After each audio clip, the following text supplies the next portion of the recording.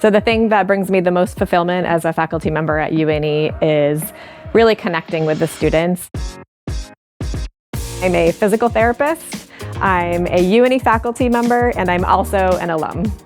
UNE helps me prepare for my career because it gives us a lot of opportunities to practice our relevant skills. In our first year, we got a lot of hands-on work with other students, and we got feedback from our professors. We were observed while we were learning to use the tools that we need to perform our job.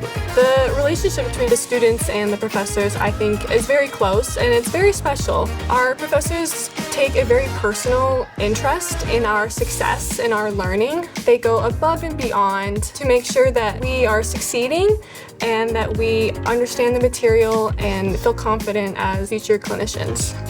We are an institution that has a lot of opportunities for you, but you don't get lost in the crowd. We are there to be your mentors and recognize in just a few short years we're your colleagues. On the Portland campus for health sciences, we have so much exposure to different professions. We are able to collaborate with medical students, pharmacy students, dental, occupational therapy, the list can go on. And on this healthcare campus with other healthcare professionals, we get to interact a lot with each other and do a lot of interprofessional work.